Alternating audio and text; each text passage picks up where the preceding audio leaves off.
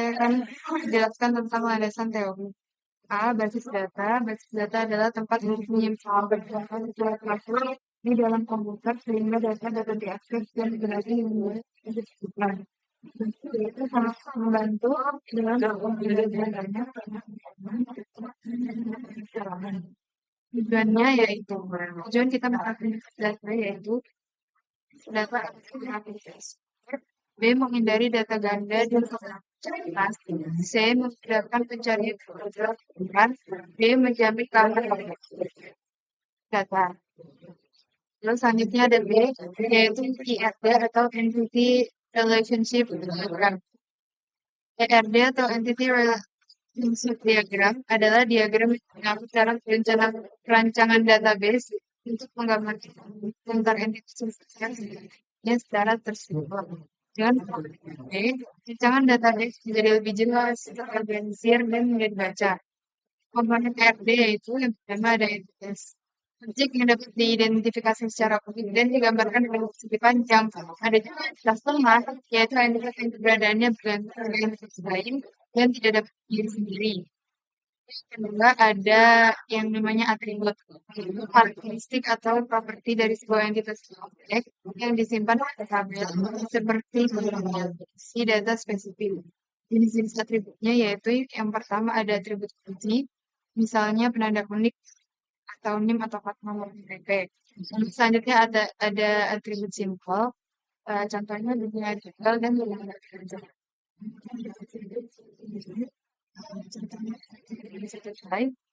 Selanjutnya ada atribut gabungan, contohnya terdiri dari beberapa atribut lebih kecil, nama depan dan belakang.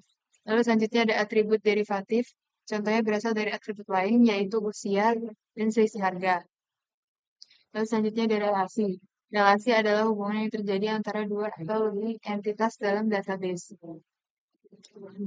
Yang pertama itu ada one-to-one, yaitu satu entitas berhubungan dengan satu entitas lainnya. Lalu ada one-to-many, satu entitas dapat banyak entitas lain.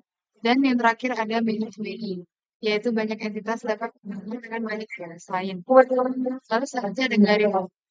Garis itu fungsinya sebagai penghubung dan penggerak entitas atau objek data. Ada yang namanya CDM dan PDM. Apa itu CDM? CDM yaitu Conceptual Data Model atau model perancangan data konseptual tanpa spesifik dan tipe data. CDM berfokus pada entitas, atribut, dan relasi antar entitas. CDM digunakan pada tahap awal perancangan sistem untuk memahami struktur data secara umum. Selanjutnya ada PDM yaitu Physical Data Model. Adalah model data fisik yang telah dilakukan data dengan karakter, struktur tabel, primary key, foreign key, dan constraint lain yang digunakan untuk implementasi database. Lalu selanjutnya ada normalisasi. Baik normalisasi adalah proses menambahkan tabel di dalam database agar tidak ada data yang hilang dan tidak menyebabkan masalah saat menginput atau mengolah data. Dengan normalisasi, tabel-tabel dalam database diatur secara terstruktur sehingga proses penyimpanan, pembaruan, dan pencarian data dapat dilakukan lebih cepat tanpa menimbulkan anomali data. Itu tahap-tahapan normalisasi. Ada first normal form atau data yang harus secara satu persatu. Ada data dalam selanjutnya ada second normal form tabel yang memenuhi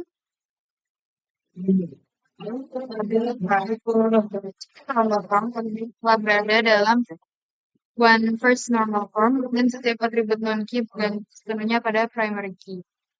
Lalu selanjutnya ada third normal form. Tabel memenuhi third normal form, kita tidak dapat tergantung yaitu atribut primary tidak bergantung pada atribut lainnya. Lalu selanjutnya ada kan dalam database dari yang menentukan apa yang bisa dan tidak bisa dilakukan oleh pengguna dalam sistem informasi pemrograman dan sekarang. Misalnya pada sebuah toko retail, kita tidak ingin semua karyawan bisa mengakses semua data. Kita menggunakan role hak akses yang sesuai dengan tugas mereka. Contohnya role kasir mendapat hak akses di penjualan saja, role admin stok mendapat hak akses untuk mengawasi barang, role menjatuhkan Selanjutnya, kita struktur SQL adalah bahasa digunakan untuk mengakses dan memanfaatkan data dan data. SQL berfungsi sebagai alat manipulasi data. Ada 5. Yang pertama, DDL atau Data Definition Language. Database to create, alter, drop. Lalu ada DML atau Data Manipulation Language digunakan untuk memanipulasi data SQL, contohnya insert, update, dan delete. Lalu ada DQL atau Data Query Language digunakan untuk menggunakan data dari database, contohnya select. Lalu ada DCL atau Data Control Language. DCL digunakan untuk mengontrol hak akses dan data dalam data, contohnya grant. Lalu ada TCL atau Transaction Control Language, yaitu mengelola proses transaksi dalam database, contohnya commit dan rollback. Sehingga dalam tahap pembangunan sistem ini, jenis SQL yang digunakan masih terbatas pada DDL, DML, dan DQL karena sistem masih fokus pada penyimpanan database, pengisian data, dan penampilan data sebagai dasar dari operasi sistem. Penggunaan DCL dan TCL belum diterapkan karena pengaturan akses dan pengelolaan transaksi sistem akan diterapkan pada tahap pengembangan sistem. Saya akan menjelaskan terkait dengan IRD dari sistem penjualan dan juga stok toko retail. Yang pertama di sini ada entitas supplier, ya, di sini adalah atribut-atributnya dan juga relasinya adalah berasal dari pembelian. Di sini juga ada entitas pembelian dan juga entitas kategori, produk, detail penjualan, penjualan, karyawan, user login, dan juga pembelian. Yang dimana di setiap entitas memiliki beberapa atribut dan juga relasi antar entitas juga.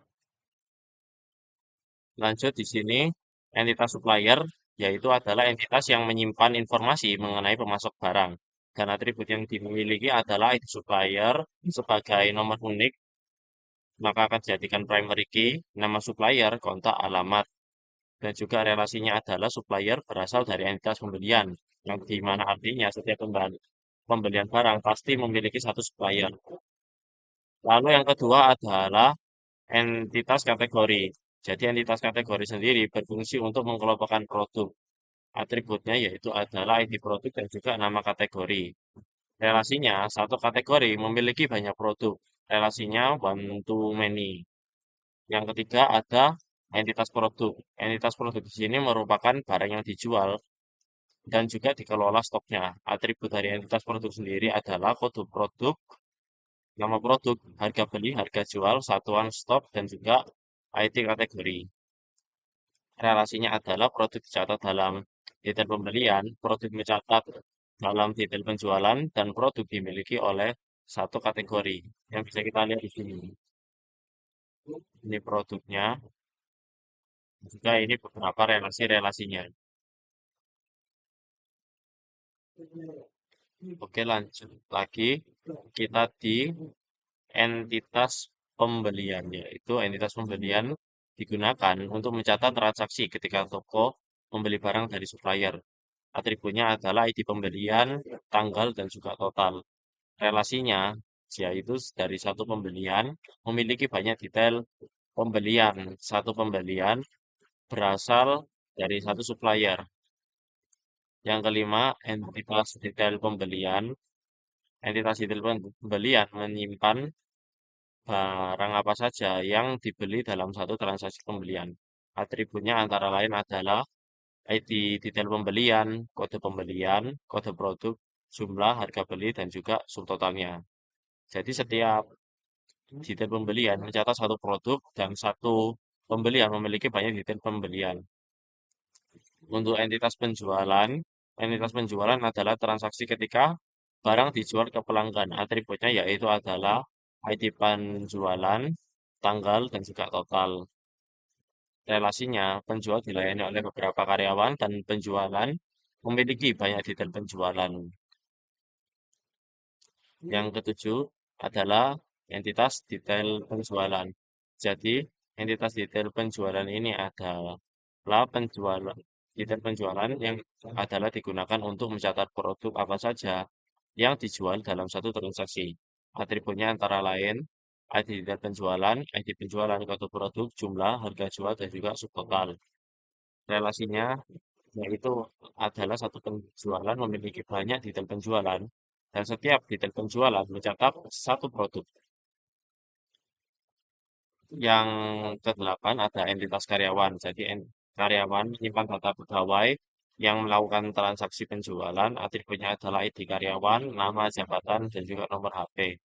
Jadi relasinya adalah karyawan melayani penjualan. Seperti yang bisa kita lihat di sini. Karyawan melayani penjualan. Oke, baik, lalu kita lanjut yang terakhir, yaitu adalah entitas user login. Entitas user login adalah akun yang digunakan untuk masuk ke sistem. Atributnya yaitu ID user, username, password, role, dan juga ID karyawan. Relasinya adalah satu user login terkait dengan satu karyawan.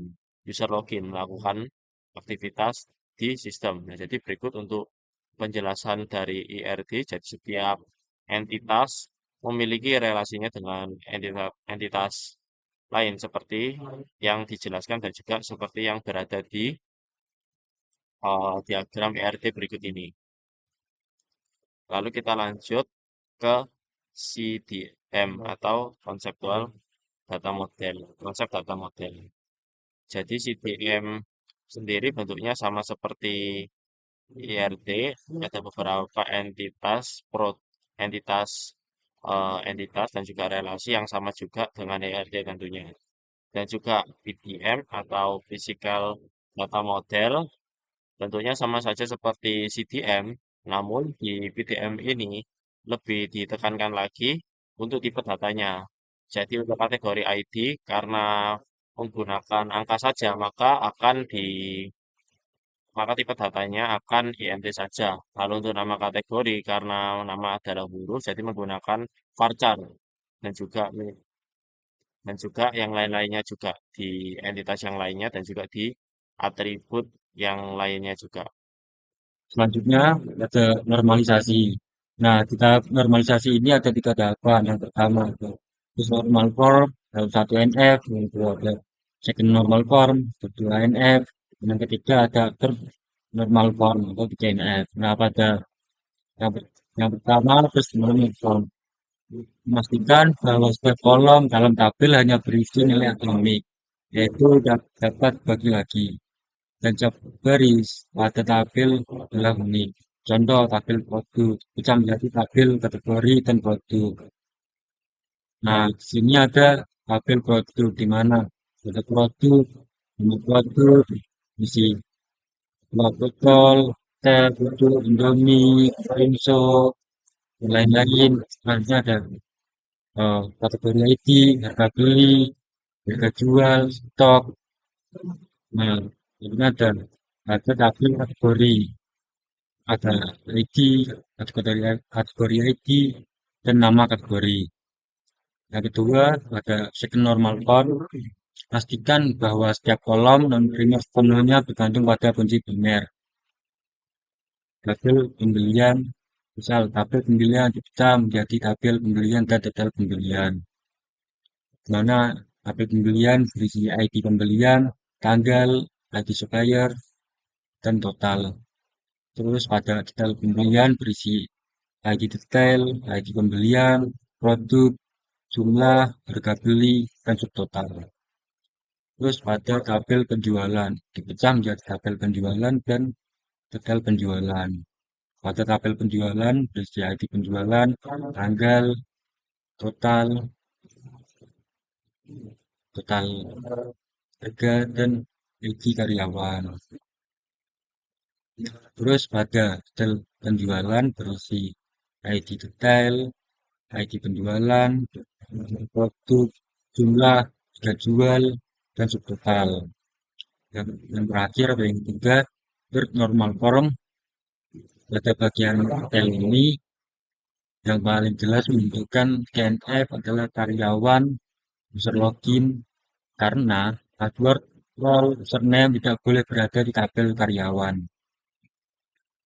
Itu melanggar scanf dan juga tidak aman. Maka dari itu kita memisahkan identitas karyawan dan akun login sehingga memenuhi scanf. Nah, ini ada ID karyawan, nama, jabatan, kasir, admin, manajer, dan nomor HP. Terus ID user, username, password, role. Role ada kasir, memiliki tugas masing-masing, admin, memiliki tugas masing-masing, manajer, memiliki tugas masing-masing. Seperti manajer ini kayak mengelola keuangan, yang mengatur, dan ID karyawan. Di sini kita akan menjelaskan implementasi di blok 4 di database. Di sini ada 9 tabel. Kita masuk di query DDL yaitu create tabelnya, tabel kategori, create tabel produk, tabel supplier, tabel pembelian, tabel detail pembelian, karyawan, user login, dan penjualan. Dalam tabel user login ada role, menggunakan akses, dan ini juga terkoneksi di tabel karyawan. Jadi setiap karyawan punya akses masing-masing. Lalu kita masuk di DML, yaitu pada saat insert datanya kita insert di tabel produk, insert di supplier, pembelian dan karyawan, lalu user login, penjualan dan detail penjualan. Jadi kita harus memiliki R yaitu untuk menampilkan semua produk dan kategori-kategorinya. Nah, ini contohnya seperti ini. Tekstur produk paling rendah, ini total penjualan harian, ini total penjualan per supplier. Ini untuk mencari produk tertentu. Lalu kita langsung saja skip ke transaksi. Di transaksi ini kita mulai transaksi dengan start transaksi. Kita menggunakan prinsip exit, yaitu menggunakan block start dan commit di akhirnya. Nah, ini kita membuat tabel dengan insert menggunakan ID transaksi yang baru dibuat.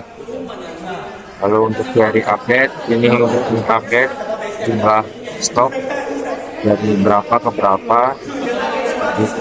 Kalau diakhiri dengan commit itu untuk mengakhiri dari proses query.